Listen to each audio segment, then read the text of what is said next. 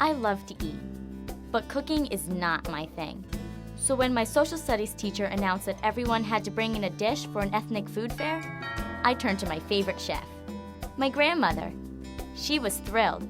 She told me we'd make the best food at the fair. For my friend Alexa, a family celebration means food. But food isn't just tasty or fun. Food is fuel for your body. Transforming food into fuel is the job of the digestive system. A master masher, it breaks down the food you eat into nutrients your body can use to function and grow. The partner of the digestive system is the wizard of waste, the excretory system. It rids your body of all the stuff that can't be used. Your body depends on both systems to keep growing and going, because this isn't a piece of cake. This is the human body in action.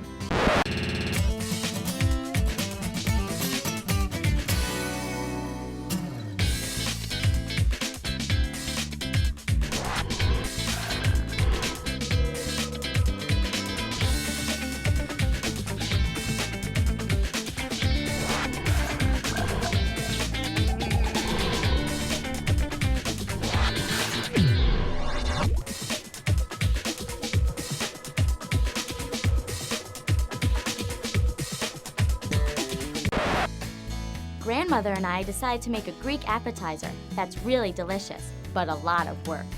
The key to the filling is a ton of slicing and dicing. The smaller, the better. When it comes to breaking down food, nothing beats the digestive system. It has to reduce food to a size that can be used by cells, the microscopic building blocks of your body.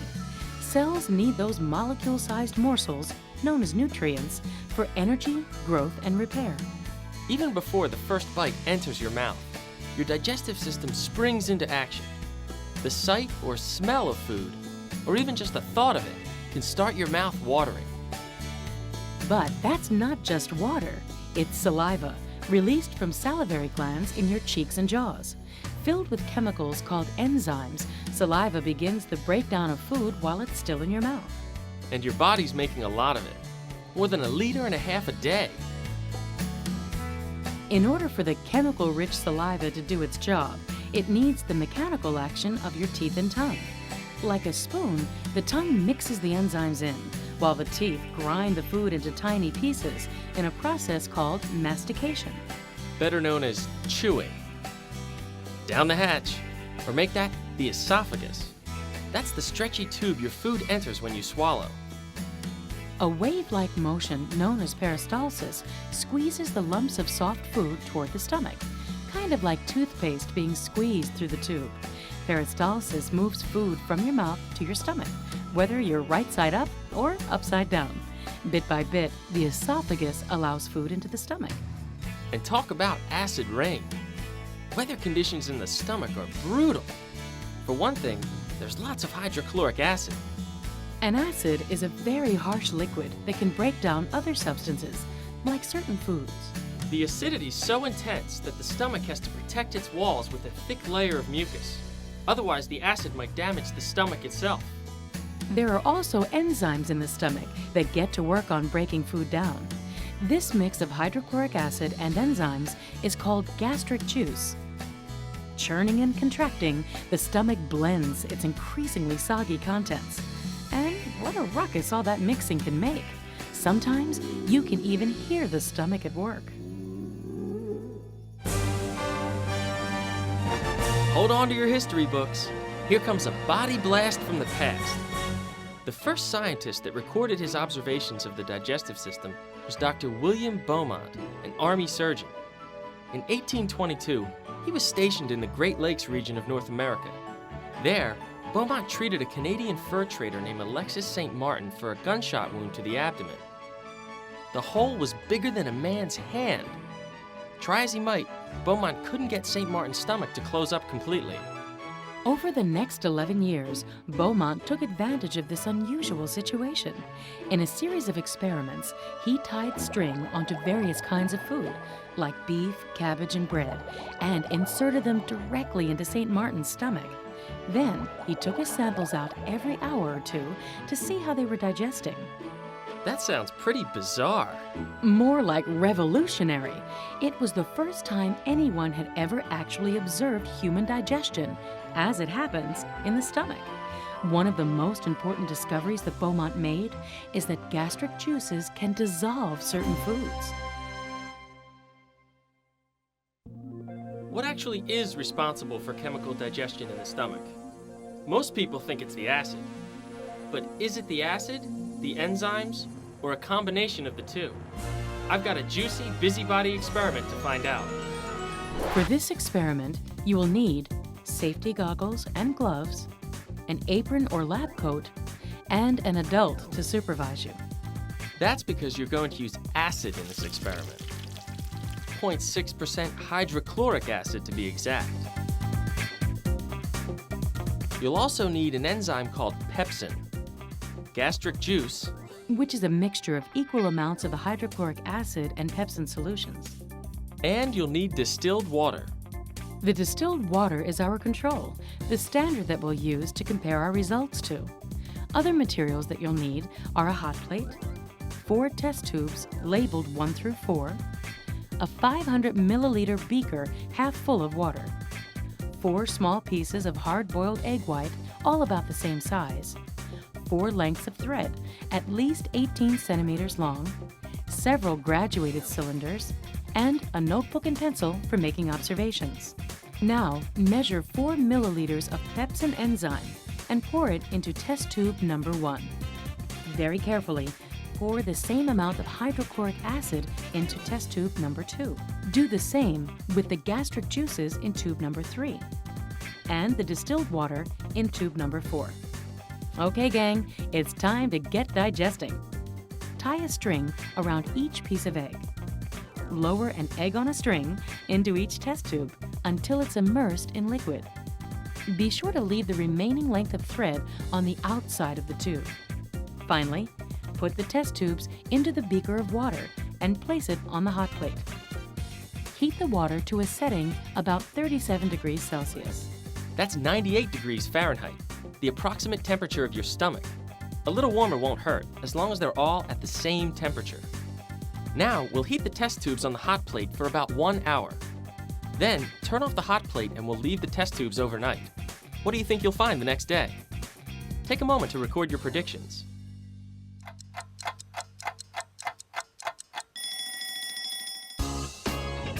You're back. Great. Pull the egg whites out of the tubes and see if they've changed at all while you were away. Test tube number 1 is filled with pepsin enzyme.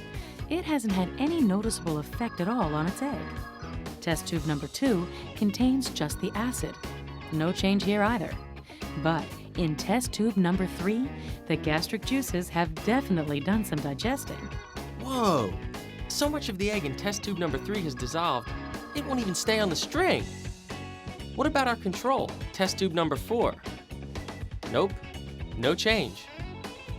What's the conclusion? Both hydrochloric acid and pepsin are needed to break down the proteins like the ones found in egg white.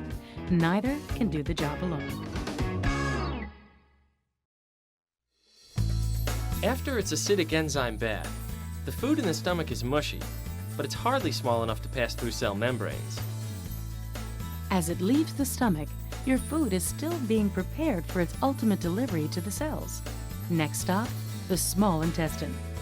When stretched out and uncoiled, it towers above a full-grown man. In fact, make that 3 grown men, and yet they have the nerve, the audacity to call this magnificent organ the small intestine? I'll concede that it is a narrow tube, only about as wide as 2 fingers, but inside that narrow tube are thousands of finger-like projections known as villi, giving the small intestine a surface area the size of a tennis court. Now, does that seem small to you? I rest my case. Well, I'm convinced. Small in name, but great indeed. This is the place where most of the nutrients get absorbed into your body. As the food enters the first part of the small intestine, the duodenum, new juices mix in to continue the digestive process. The liver makes a yellowish-green liquid called bile. which it stores in the gallbladder. When food enters the duodenum, it triggers the gallbladder to release bile into the small intestine. Like detergent breaking up grease on a pan, bile turns large fat droplets into many smaller ones. Enzymes from the pancreas and small intestine then make short work of breaking down the remaining food particles. Now that the juices are really flowing, the food becomes extremely watery. In the jejunum, the next part of the small intestine, the microscopic finger-like projections known as villi are waiting. Using tiny blood vessels, they soak up nutrients, which are then passed through the bloodstream to the liver. When it comes to nutrients, the liver is like a traffic cop. It directs any poisonous substances called toxins one way and sends nutrients another. The nutrients are absorbed into the bloodstream, where they are delivered to each and every cell of the body. The food has been transformed into fuel. We'd finished our appetizers at last. It was time for a little cleanup and throw out the scraps we didn't need. Depending on what you eat, it can take food anywhere from 3 to 10 hours to make it through the small intestine. From the duodenum, through the jejunum, and then into the next part of the small intestine, the ileum. Whatever hasn't been soaked up by the villi continues through the ileum and gets a one-way ticket to the large intestine. Though not nearly as long as the small intestine, this intestine is called large because it's nearly 3 times as wide. Also known as the colon, the large intestine is the digestive system's dryer. All the water you've consumed, as well as the liquid produced by the salivary glands, stomach, liver, pancreas, and small intestine, gets reabsorbed back into the bloodstream here. This helps keep you from getting dehydrated. What's left in the large intestine gets drier and harder. Many of the solids that have made it this far are plant fibers. Though they contain no nutritional value, fiber helps move your food through the digestive system. Harmless bacteria break some fiber down, producing hydrogen, carbon dioxide, and sometimes methane gas. That's right, guys. We're talking gas here. And it's completely natural. Did you know that most people produce more than a liter's worth of gas a day? A better question might be, did you want to know that? The last stop for remaining solids is in the digestive system's partner, the excretory system. Solid waste collects in the rectum. About once a day, it's eliminated through the anus as feces. The digestive system gets all it can out of the food you eat. 99% of what you take in is absorbed by the body. Only 1% is eliminated as solid waste. Excretion of waste products involves many organs, including your skin, lungs, liver, and bladder. After all, waste products aren't just solid.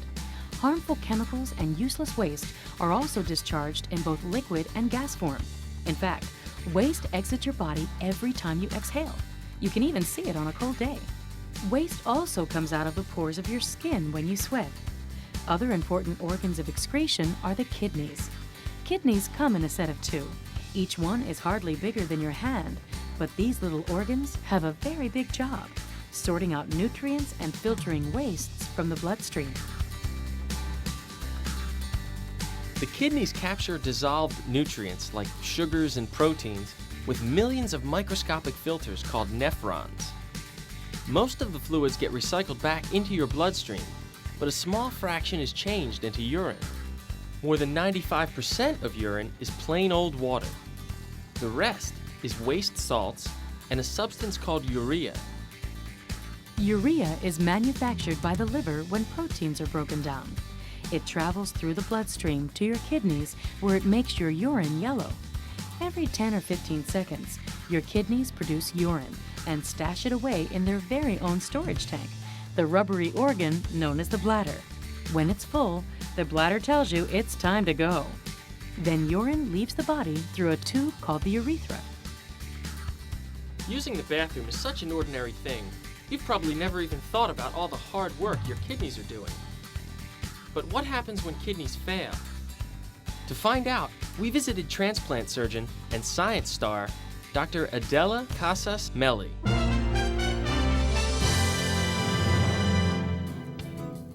My name is Adela Casas-Melli, and I am a pediatric transplant surgeon. I do transplants of kidneys and livers and other organs as well. The kidneys are a very important part of how your body works every day. The kidneys filter the blood. They have little pumps in them that pump salt back and forth and water back and forth and proteins back and forth. They're also responsible for things like controlling your blood pressure.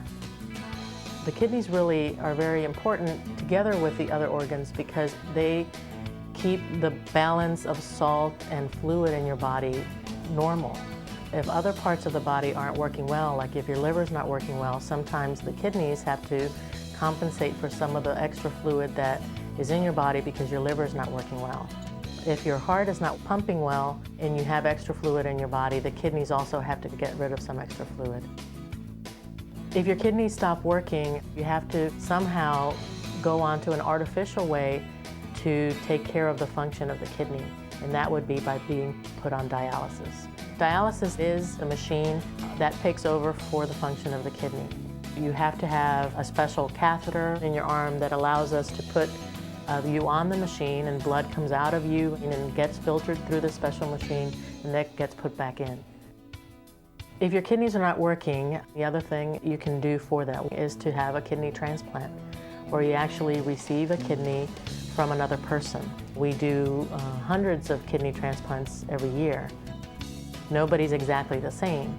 So if you take a kidney from one person and put it into the other person, your body's going to know that that's not your kidney, that that's somebody else's kidney, and it doesn't like it.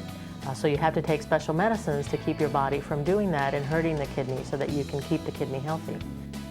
We have 2 kidneys from birth, but luckily one's an extra reserve. We don't necessarily need it. And it's very common now for a member of your family or a very close friend to donate a kidney for you and for you to be able to keep that kidney for many, many years.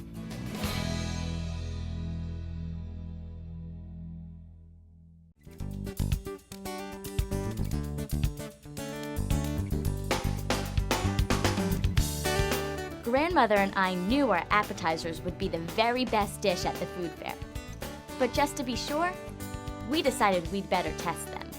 And just to be sure that you've absorbed all there is to know about the digestive and excretory systems, perhaps we'd better test you. Yikes! Well, digestion starts when chewing and saliva begin to break food down. The enzymes released in the saliva are helped along by the mechanical action of mastication and the mixing action of your tongue. Pushed along by muscles making the wave-like motion known as peristalsis, the food is moved through the esophagus and into the stomach, where gastric juices made of enzymes and hydrochloric acid go to work on it. The constant contraction and relaxation of the stomach muscles turn the food into a liquid mixture. From the stomach, the soft, mushy food enters the small intestine. There, many of the nutrients are reduced to molecule size, absorbed by the villi, and taken to the liver. After the liver breaks down any toxins, the nutrients are sent out and absorbed into the bloodstream, where they provide cells with the fuel they need to release energy for growth, repair, and other life functions. Then, it's on to the excretory system. That's right. The remaining watery mixture proceeds into the large intestine. Much of the water is returned to the bloodstream, while solid waste travels to the rectum, where it is eliminated through the anus. The excretory system also takes care of gas and liquid waste through exhaled breath, sweat, and urine. Together, the digestive and excretory systems allow our bodies to take in nutrients and get rid of waste. But these systems also depend very much on the other systems in the body to do their jobs. Take the circulatory system. By pumping blood throughout the body, this system acts as the delivery and pickup service for the digestive and excretory systems. And then, there's the respiratory system. Releasing carbon dioxide from our lungs when we exhale is one of the ways the excretory system rids our bodies of waste. And don't forget the skeletal and muscular systems. Digestion is helped along by the grinding action of our teeth and the movement of our jaws, as well as the turning of special muscles around our stomachs. And of course, the digestive and excretory systems would be nowhere without the brain and nervous system controlling it all. But it also works the other way. All the body's systems depend on the digestive and excretory systems too. After all, how could any of these systems function without the fuel provided by the digestive system? And if waste products were not eliminated by the excretory system, it wouldn't be long before the other body systems began to shut down. The digestive and excretory systems are key pieces in the very complex puzzle that is your body. There was no doubt about it. These triangle treats were terrific. Grandmother and I made a winning combination in the kitchen. Transforming food into fuel and ridding your body of waste, the digestive and excretory systems make a winning combination too. They help keep your human body in action.